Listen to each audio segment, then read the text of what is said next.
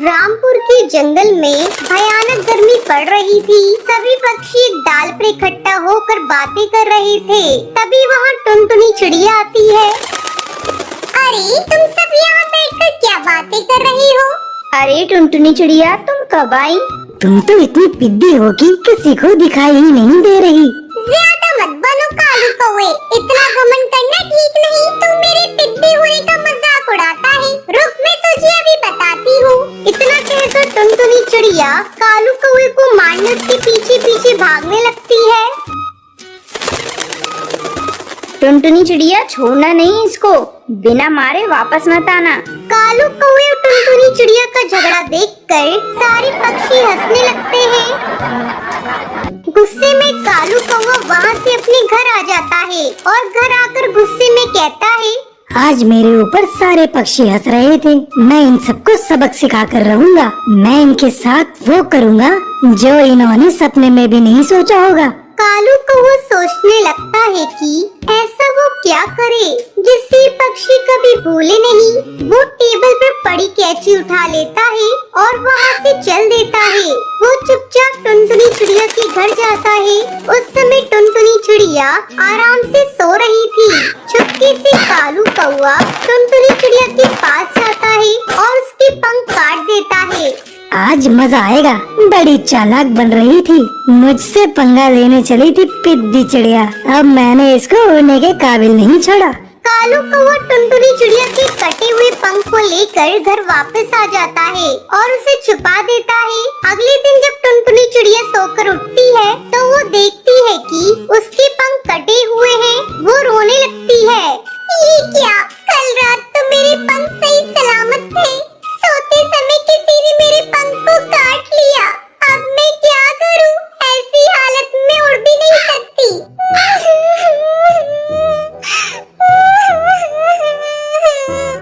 उसी रात कालू कौवा हरी तोती के भी घर जाता है और उसके भी पंख काट डालता है। इस तरह कालू कौवा एक एक करके उन सभी पक्षियों के पंख काट डालता है जो उस पर हंस रहे थे। बड़े चले थे मेरी हंसी उड़ाने। इनका पंख काटकर मैंने इनकी सारी हेकड़ी निकाल दी। इनके कटे पंख देखकर मेरा कलेजा ठंडा हो गया। वहीं दूसरी तरफ पूरे जंगल में हड़कंप मच जाता है। अरे टूनी चिड़िया, तूने कुछ सुना? कल रात किसी ने पक्षियों के पंख काट डाले। हाँ बबली कबूतरी, ऐसी खबर तो मैंने भी सुनी है। ऐसा लगता है कोई इन पक्षियों से बदला ले रहा है। खैर छोड़ो, हमें इन पक्षियों की चलकर मदद करनी चाहिए। बेचारे बिना पंख के उड़ भी नहीं सकते। चलो चलकर इन पक्षियों के भोजन की व्यवस्था करते हैं। ऐसा कहकर टूनी चिड़िया और बबली कबूतरी टुनटुनी चिड़िया के घर जाती है। अरे टुनटुनी चिड़िया, तुम्हारी ये हालत कैसे हो गई? हमें बड़ा कष्ट हो रहा है। ये लो भोजन, इसे तुम खा लो। टूनी चिड़िया, पता नहीं मुझसे किसकी क्या दुश्मनी थी, किसने मेरे पंख काट दिए। तुम चिंता मत करो टुनटुनी, कुछ दिनों की बात है, फिर तुम्हारे नए पंख आ जाएंगे। उसके बाद टूनी चिड़िया और बबली कबूतरी सभी पक्षियों के घर जाती है और उन्हें भोजन देती है। पक्षियों की हालत देखकर टूनी चिड़िया बहुत दुखी थी। वो दुखी मन से कालू कौवे के घर भी जाती है। टूनी चिड़िया देखती है कि कालू कौवा पक्षियों के कटे हुए पंख से खेल रहा है। अरे ये क्या कालू कौवे, सभी पक्षियों के पंख तुम्हारे पास कैसे? इसका मतलब तुमने ही उन पक्षियों के पंख काटे हैं। ये तुमने बहुत बड़ा अपराध किया है, इसलिए अब तुझे सजा मिलेगी। टूनी मौसी, ये सारे पक्षी मेरी हंसी उड़ा रहे थे, इसलिए मैंने उनके पंख काट डाले। मैंने गुस्से में ये सब कर दिया, मुझे माफ कर दो। ठीक है कालू कौवे, इस बार मैं तुझे माफ कर दे रही हूँ, लेकिन अगर आगे से तूने ऐसा कुछ किया तो मैं तुम्हें कड़ी सजा दिलवाऊंगी। तुझे अभी चलकर उन पक्षियों से माफी मांगनी होगी। टूनी चिड़िया उन सभी पक्षियों से कालू कौवे को माफी मांगने को कहती है। कालू कौवा सभी पक्षियों से माफी मांगता है। टूनी चिड़िया के कहने पर सारे जंगल के पक्षी उसे माफ कर देते हैं। धीरे धीरे उन सभी पक्षियों के पंख आ जाते हैं और फिर सभी खुशी खुशी रहने लगते हैं।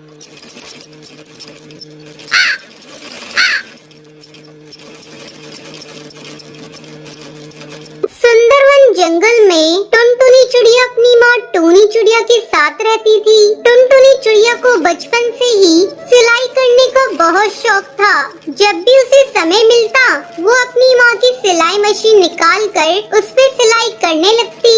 माँ, ये देखो ना, मैंने कितनी अच्छी फ्रॉक सिली है। अरे वाह बिटिया, तूने तो बहुत अच्छी सिलाई की है। लेकिन बेटा, तू अपनी पढ़ाई पर भी ध्यान दे। मैं तुझे एक बड़ी अफसर बनाना चाहती हूँ। तेरी परीक्षा होने वाली है और तू सिलाई करने में लगी रहती है। माँ, मुझे सिलाई करना अच्छा लगता है। मैं पढ़ाई के साथ साथ सिलाई करना भी सीखूंगी। मैं कुछ नहीं जानती। आप मेरा दाखिला किसी सिलाई सेंटर में करवा दो। ठीक है टुनटुनी, जब तेरा इतना ही मन है तो मैं तेरा दाखिला किसी सिलाई सेंटर में करा देती हूँ। अगले दिन टूनी चिड़िया टुनटुनी का दाखिला एक सिलाई सेंटर में करवा देती है। अब टुनटुनी पढ़ाई के साथ साथ सिलाई भी मन लगा कर सीखने लगती है। कुछ ही दिनों में टुनटुनी की स्कूल की पढ़ाई हो जाती है। एक दिन टूनी की सहेली बबली कबूतरी उसके घर आती है।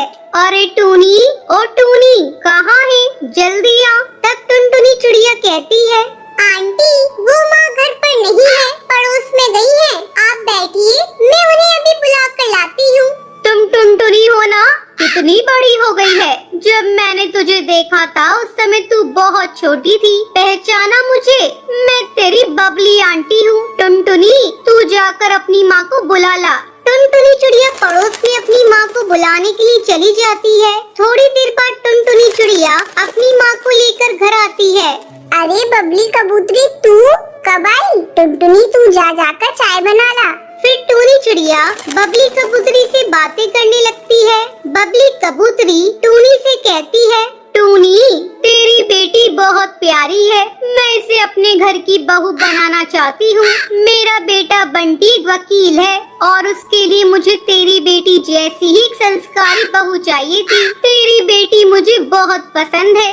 तुझे इस रिश्ते से कोई एतराज तो नहीं है ना?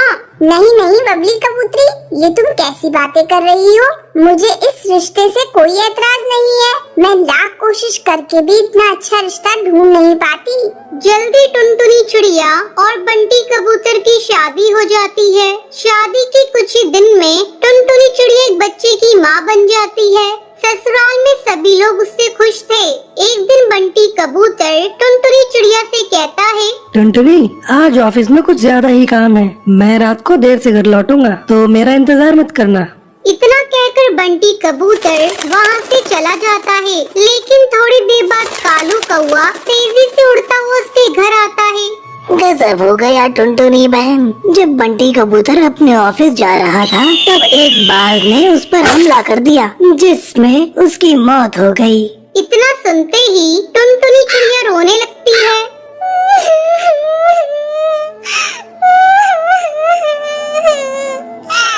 माँ जी, ये सब क्या हो गया? माँ जी, बंटी कबूतर के बिना भी ये घर कैसे चलेगा? टुनटुनी, तू हिम्मत मत हार बेटा। ऊपर वाले की मर्जी के आगे किसी की नहीं चलती।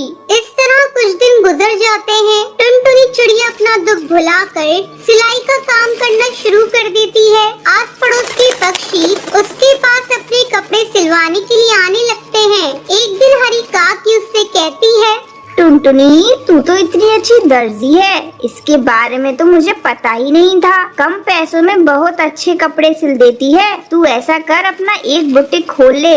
हाँ काकी, आपका सुझाव बहुत अच्छा है।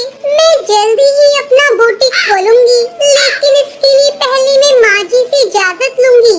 हरी काकी के जाने के बाद टुनटुनी चिड़िया अपनी सास से बुटीक खोलने की इजाजत मांगती है। माँ जी, क्यों ना मैं अपना एक बुटीक खोल लूं? इससे अच्छी कमाई हो जाएगी। ठीक है टुनटुनी, तुझे जो अच्छा लगे वो कर। तू अपने बुटीक का अच्छे से काम कर, मैं तेरे बच्चे को संभाल लूंगी। जल्द ही टुनटुनी चिड़िया अपना बुटीक खोल लेती है। अब उसकी कमाई पहले से दुगनी हो गई थी। इस तरह टुनटुनी चिड़िया खुशी खुशी अपनी जिंदगी बिताने लगती है।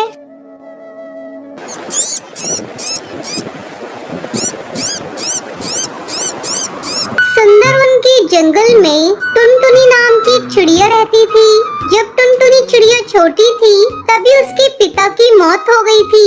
किसी तरह उसकी माँ टूनी चिड़िया ने उसे पाल पोस कर बड़ा किया। एक दिन जब टूनी चिड़िया भोजन की तलाश में जा रही थी, अचानक एक बाज ने उस पर हमला कर दिया। इस हमले में उसकी मौत हो जाती है। अपनी माँ की मरने की खबर सुनकर टुनटुनी चिड़िया फूट फूट कर रोने लगती है।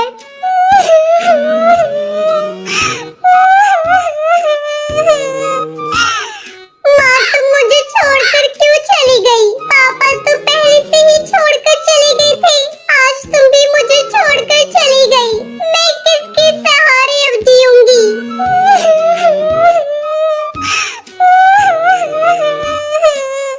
टुनटुनी के रोने की आवाज सुनकर हरी काकी वहाँ आती है।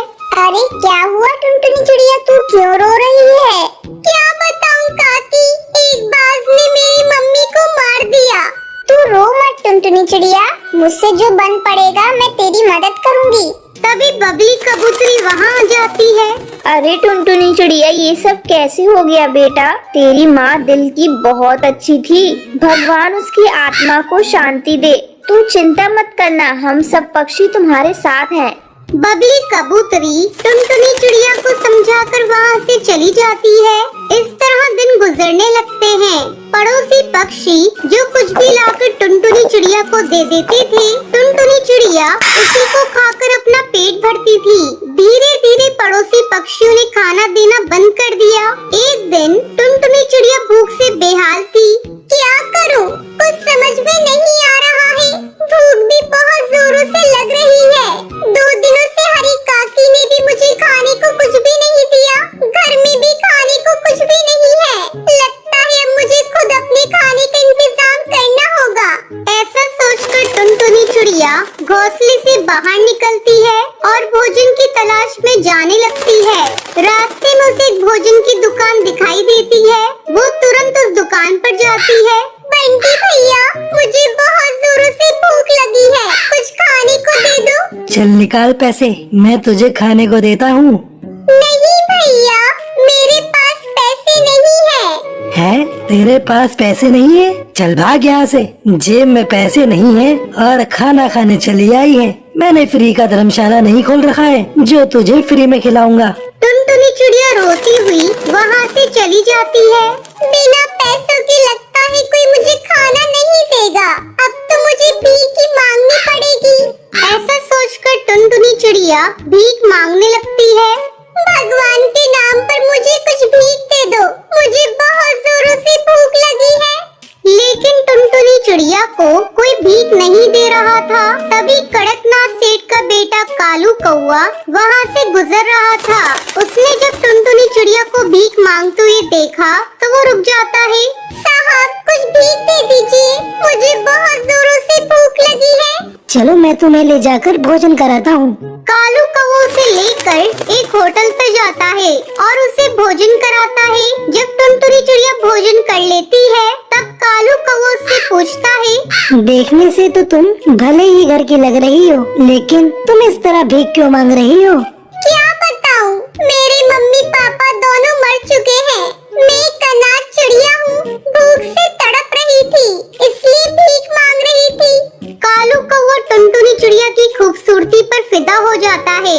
अब वो रोज टुनटुनी चिड़िया से मिलने लगता है। एक दिन कालू कौवा अपने परिवार को बिना बताए टुनटुनी चिड़िया से शादी कर लेता है और उसे लेकर अपने घर पहुँचता है। तभी कालू कौवे की माँ सुंदरी कौवी जब टुनटुनी चिड़िया को देखती है तो वो कालू कौवे से पूछती है, कालू, ये क्या मजाक है? तू किसे भी आकर ले आया? माँ, ये अनाथ चिड़िया है, सड़क पर भीख मांग रही थी।